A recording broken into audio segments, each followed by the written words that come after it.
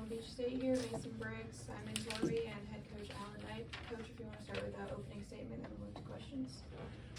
Yeah, I thought it was a great match. A lot of credit to GCU, not only the way they played tonight, but the way they played all season. They got a really nice team with a lot of good arms and a great young coach.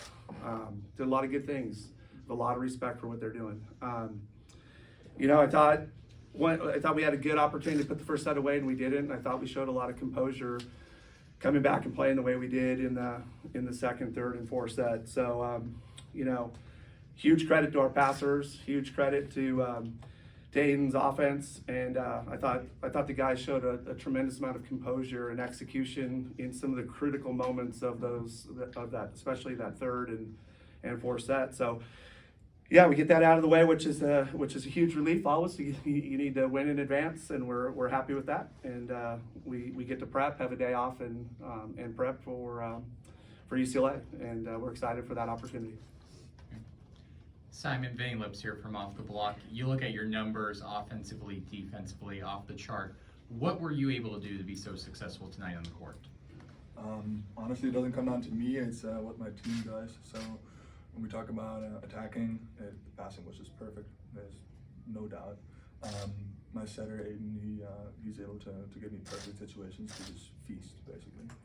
So that's pretty nice. And blocking-wise, again, it's not just me. It's the fact that my pin blockers, all four of them, are able to help me a lot. They take away things that would stress me out.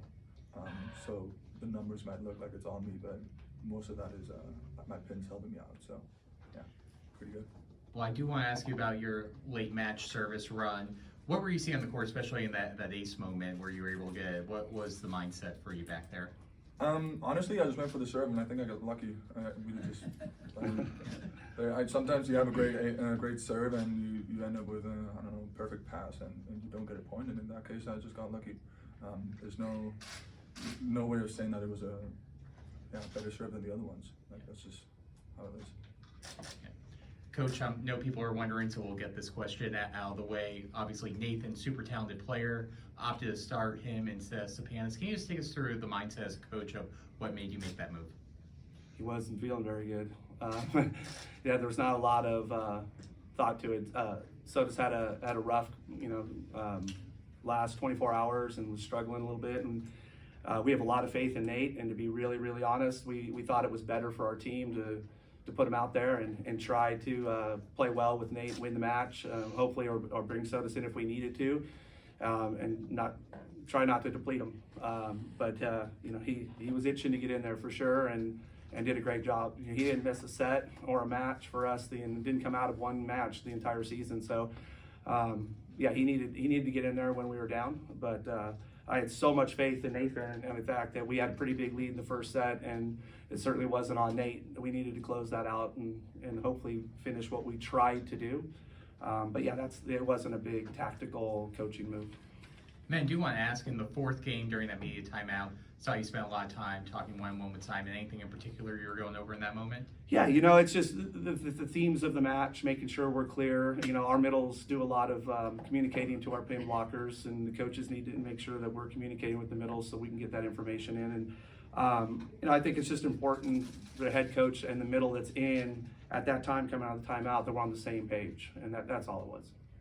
And then Mason, for you look at the numbers tonight: 20 service receptions, 0 errors, 13 digs. Was there anything you did wrong tonight? I'm sure there was a lot, but if I were to actually answer that question seriously, I would say I probably don't remember, because I just have that next ball mentality and try and move on to the next play. I don't want to monopolize, but Yeah. go on. Okay. Yes. Coach, just what have you seen from Grand Canyon as far as the evolution of the program to get where they are today, and what you see as their future? I think it's great. I think it's a desirable place to go play volleyball. The style of volleyball that Matt coaches is fun. They push the tempo of their offense. They're aggressive from the end line. He's getting good kids. He's also getting good local kids. It's a tough place to play for opponents. So I think he's got a good thing going on. I'm really excited what Grand Canyon is doing, and it's really good for men's volleyball. Mason, what's the biggest change do you think your team has made since you last saw UCLA? Since we last saw UCLA, I'd say as the season's gone on, I alluded to this actually at the beginning of this week, that we've just continued to learn how to play together even more, even from the fall to now. You know, it's not just a one-time period from last time we saw UCLA to now, but we've just continued to, like Coach Knipe always says, water the green spots, and I think we'll be ready. Yeah. Simon, what do you think since the last time? I mean, throughout a whole year, there's a lot of things that can change. I totally agree with what Mason said, that we're further learning how to play together. And apart from that, I don't know, it's just maybe having more fun, maybe being a little bit more engaged. I don't know. There's a lot of things you could say, but I think playing with each other is probably the strongest one. Simon, talk a little bit about your performance. Pretty all-around solid performance today.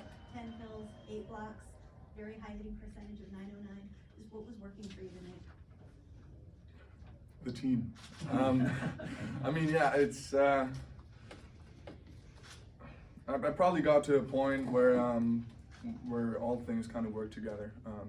Being physically where I want to be, knowing the game, our style of game, the best right now. Where like I'm at a point right now where I know the style of what we want to do best, and having all the guys around me that are on the same page, that do this exact thing that I need of them, so that I can succeed.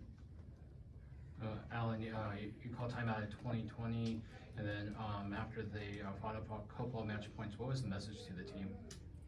Yeah, it was at that time we just wanted to make sure that we were staying present and prepping for serve receive. You know, obviously Grand Canyon has some really good arms, and they were taking some chances from the end line. So we wanted to make sure that was the most important piece. The other is that teams are playing hard, really hard at that moment in the game.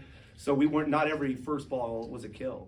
So you were having to block for a side out or transition for a side out, and just encouraging our guys to get back to the net quick, reproduce the first look and block in defense. Even if we're siding out, we might have to block or transition to side out the way the game's going. And it proved to be right, because the balls Shane got on late, it was a good set, and Shane got on it great. And I don't know if he dug it or his foot or whatever happened, but it was kind of a ricochet ball, and they win the point. That just effort at that point. So we just wanted to make sure we were staying engaged. Okay, thank you guys. Awesome. Congrats. Thank you.